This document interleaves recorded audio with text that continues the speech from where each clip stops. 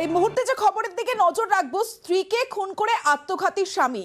এখানেই শেষ নয়, স্ত্রীকে খুন করে 6 টুকরো করার অভিযোগ এবং বিষকে আত্মঘাতী স্বামী। যেমনটা আমরা জানতে পাচ্ছি, মধ্যমগ্রামের ঘটনায় হাসপাতালে অভিযুক্ত। সরাসরি চলে যাব, জিয়াউল আলম রয়েছে আমার সঙ্গে, জিয়াউলের সঙ্গে কথা বলবো। জিয়াউল, ঠিক কি জানা যাচ্ছে? স্ত্রীকে খুন করলেন, 6 টুকরো করলেন, খবর জানাজানি হলো কিভাবে?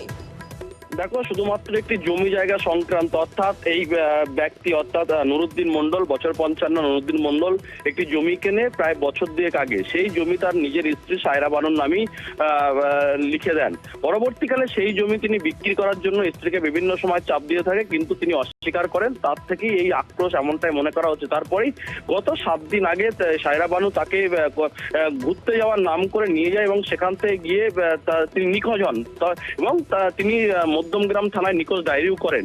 কিন্তু পরবর্তীকালে যখন তার পরিবারের অন্যান্য সদস্যরা, মেয়ে বা তার ছেলেরা যখন চাপ দিয়ে থাকে, তখন তিনি অভিযোগ মূলত কার্য স্বীকার করেন। মূলত তাকে বলা হয় যে গলা কেটে দিয়ে এই যে রোহন্ডা খাল রয়েছে সেই খালের মধ্যেই ফেলে দেওয়া হয়েছে। কিন্তু প্রায় 4 দিন অতিক্রান্ত কোনো দেহাংশ না পাওয়ায় গতকাল একেবারে রাতের দিকে সেখান থেকে একটি বস্তাবন্দি মৃতদেহ, অর্থাৎ সেখান থেকে শুধুমাত্র